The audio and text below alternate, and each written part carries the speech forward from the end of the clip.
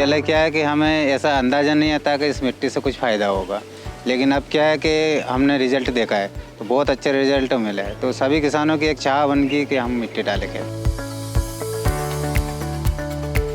જળાશયોના નવજીવન project દ્વારા જળાશયોમાંથી ઉપજાઉ માટી વિનામૂલ્યે મળે છે, જે ખેડૂતો દ્વારા સ્વખર્ચે જળાશયમાંથી તેમના ખેતરોમાં નાખી શકાય છે। વિનામૂલ્યે ઉપલબ્ધ માટીને ટ્રેક્ટર ટ્રોલી દ્વારા ખેતર સુધી લઈ જવાનો ખર્ચ ખેડૂતો ભોગવે છે।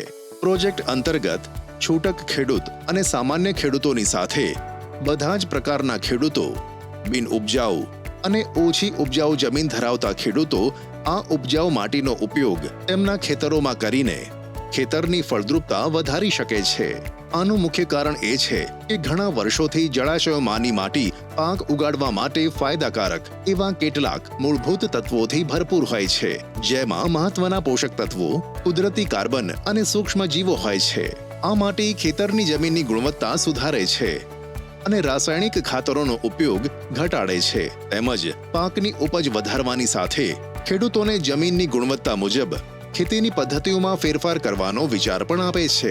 સૌથી મહત્વની વાત એ છે કે આ ઉપજાઉ માટી બંજર જમીનને પણ ઉપજાઉ જમીનમાં ફેરવી તેને વધુ પાક સમૃદ્ધ બનાવી શકે છે।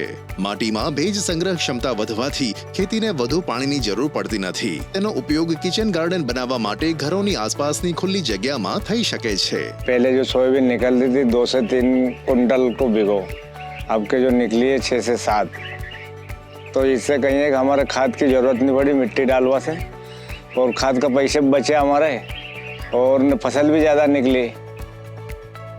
हमने खाद डाल दिया तो एक ही पानी लगा, वो खाद नहीं डाला उस खेत में हमें 2 पानी लगे, यानी कि हमें 2 पानी की सीधा बचत है।